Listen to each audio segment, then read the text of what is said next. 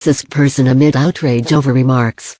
U.S. President condemned by UN and African Union. As ex-ambassador warns his comments are disorienting for our partners. Donald Trump has defended himself amid international outrage over offensive comments he is accused of making about some African, Central American and Caribbean countries, insisting "I am not a racist." The U.S. president was condemned by the United Nations and the African Union after it was reported that he had referred to Haiti, El Salvador and nations in Africa as shithole countries during a White House meeting last week. As Trump headed to dinner at his golf club in Florida on Sunday, he was confronted by a reporter. "What do you say to people who say you're a racist?" The president said, No, I'm not a racist. I am the least racist person you have ever interviewed, that I can tell you." Trump was at his golf course on Monday as the U.S. marked Martin Luther King Jr. Day. The president retweeted a video of his weekly address, with words including "Dr. King's dream is our dream. It is the American dream." But his alleged comments continued to reverberate. On Sunday, Congressman John Lewis, who marched with King for voting rights in Selma, Alabama in 1965, told ABC, "I think he is a racist. I don't think there's any way that you can square what the president said with the words of Martin Luther King Jr. and what he said about Dr. King. It's unreal. It's unbelievable. It makes me sad. It makes me cry." Dewana Thompson, a former African-American engagement director at the Democratic National Committee, on Monday described Trump's reported outburst as a slap in the face to the legacy of King and others. Asked if she accepted Trump's claim that he is not a racist, Thompson said, "I can't speak to his personal belief system, but I think that he believes it and that's the problem. Even in believing he is not racist, he allows himself to use such damaging language." Patrick Gaspard, who was born to Haitian parents in the Democratic Republic of the Congo and was U.S. ambassador to South Africa under Barack Obama, told The Guardian, "Thinks he doth protest too much.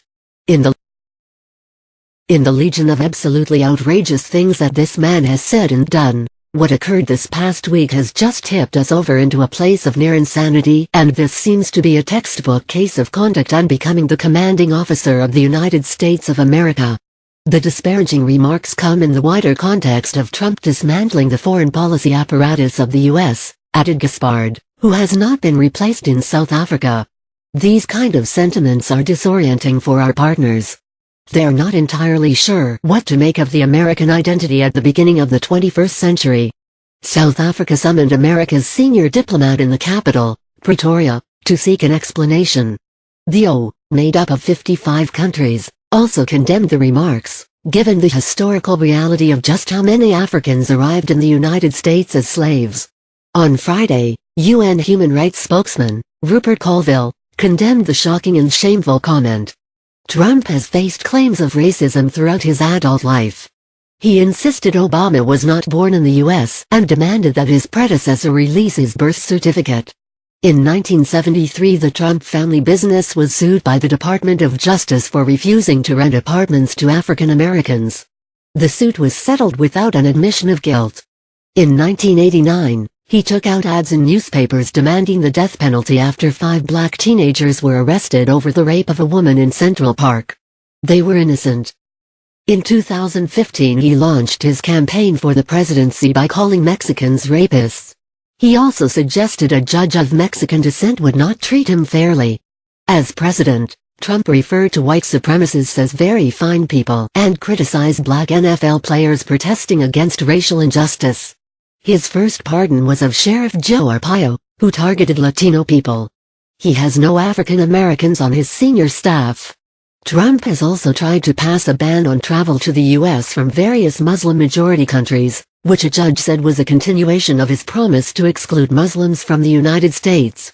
The comment about other nations was reportedly made during a bipartisan meeting aimed at finding a deal for Dreamers, young people without legal immigration status.